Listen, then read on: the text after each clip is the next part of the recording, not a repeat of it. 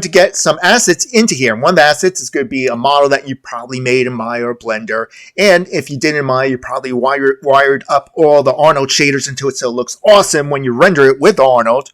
However, by exporting it as an FBX file to get into Unity or Unreal or even Blender or somewhere else, isn't perfect for exporting a shader like Arnold. And so the base color will be missing, and I'll go over how to reattach the base color. You'll still save a lot of time by wiring up your model within Maya and then just adding that one extra base map to each material here. To get an object in here, right-click, Import New Asset, or go to Assets, Import New Asset.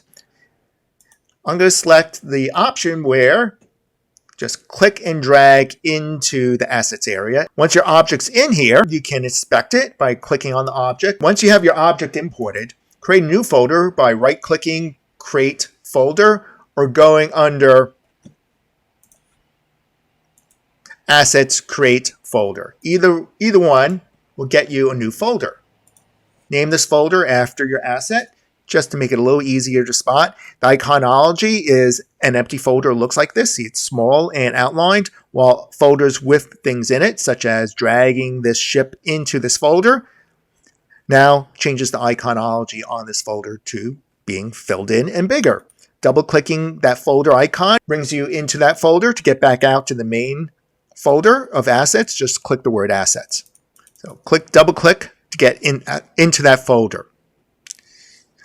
Drag your asset into the hierarchy. You could also drag it into the scene and place it somewhere in the scene. I'm dragging it into the hierarchy. This way it places the asset at the center of the scene. In order to see your model, two things have to happen. Unpacking the textures and materials, and also rewiring the base color onto this material. First step is to select your object, going under the inspector and under the materials right here. There's no animation on this model. There's no rig. Going right to materials, click on textures, extract textures. Pick a location within the assets folder. I can put them all into the ship folder. Instead, I'll just make a new folder and call it textures. This way the scene is kept organized. Select that folder and wait for those textures to be imported. Now at the end of this import process, there's one important step to do. And that's coming up in a few seconds. 5, 4, 3, 2, 1, and there it goes. Well, your object doesn't look that good. Something happened. A window should have popped up, and that window's name is Normal Map Settings. Just click on Fix Now, and all the normal maps are fixed. Your object looks a lot better than it did a moment ago. Instead of that patchy, tiley look, it's still missing the base color, and that's the next part to get the base color onto this. I need to extract the materials, so this way in the scene are the materials that then you can connect textures into. Only the base color needs to be connected. With this selected, with your object selected within the assets area, click on Extract Materials, make a new folder, and you can call it Materials. Select Folder. Go to Materials folder, and when you click on a material, all of its properties, surface inputs, are off in the inspector. These inputs have already been connected to textures that are within the Textures folder within here. So the materials, clicking on one. The normal has a map connected to it, roughness has a map, and so does metalness. Base color is missing a map. And that's what has to happen next. You have to rewire in the base color. Go into the main ship folder, which is Assets Ship, making yet another folder. Create, right-click, Create Folder, calling it Base Color. Double-click in there. I had gathered all my materials neatly within my Maya project, or it could have been your Blender project. As you work, you make nice, neat folders. From this folder, I need to copy all the base colors into here, then reconnect it.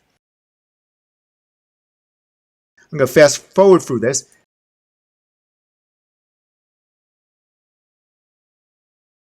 Now that you have all the base colors in here, and there's quite a few that have to be connected, click on your object and scroll on down to one of the one of the materials.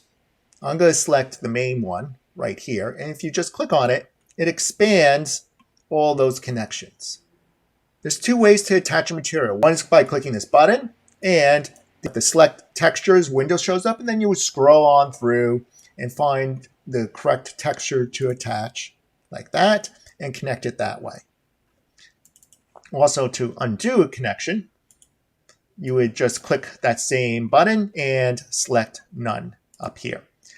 So that was one way to connect a texture. The other way is to go to your missing textures, click on your object to again get into focus, scroll on down to that shader. You could just click to open it up if it's not open.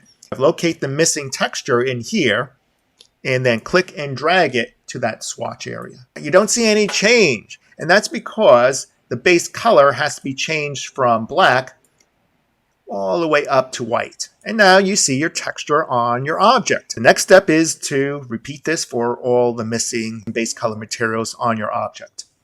Clicking on your object, and this time I'm going to lock this window. By locking it, if you click off on anything, you still are focused in on the inspector. And by not losing focus, it's going to make this process a little bit quicker. Going in order, I'm going to the ship window and just dragging here, clicking on that base color swatch and increasing it to white. Let me do the next one. Going to the next material, and if it's not expanded, click on Surface Input. Find the name of the missing texture, ship mouth in this case. Clicking here, ship mouth, dragging this material from here and dropping it into the swatch, changing the color from black to white. And just work the way down the list. Each model will have a different list depending upon how you wired it. And if you don't see your inputs, all you have to do after you click on the material is open up, expand the surface input, find that material, and drag it and change it. Okay, you wired up everything. Well, not everything. When I clicked on the ship, it didn't select these child objects here and here. The next step is to click on each one of those objects and follow the same process for wiring things up. Or the other approach would be to go to the materials folder and just pick the material. There's not so many of them. Since the majority of the materials had the base color added to it, which is clicking on that select button, finding within here, you can type in the word hatch, and only a few hatches show up. Everything that's being wired in is the base color, so selecting one with color on it, making sure it's the right one. Hatch 1 is the same as hatch 1, which is the same as hatch 1 here. And if that's all okay, then you just increase the color. The hatch was down here, by the way. I'll do that with the next hatch, the hatch pipe. Zooming in using the wheel on the wheelie mouse. You could also use the left mouse button and the Option or Alt key to zoom in and zoom out. This is the next part that's going to be wired in.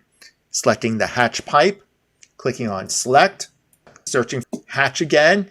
We already used hatch 1, hatch pipe, and just checking to make sure that's the correct one. It is.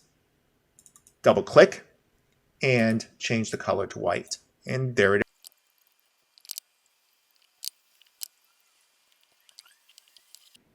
And that's it. You're all done. Make sure to save your file because it did take some time to link everything up again.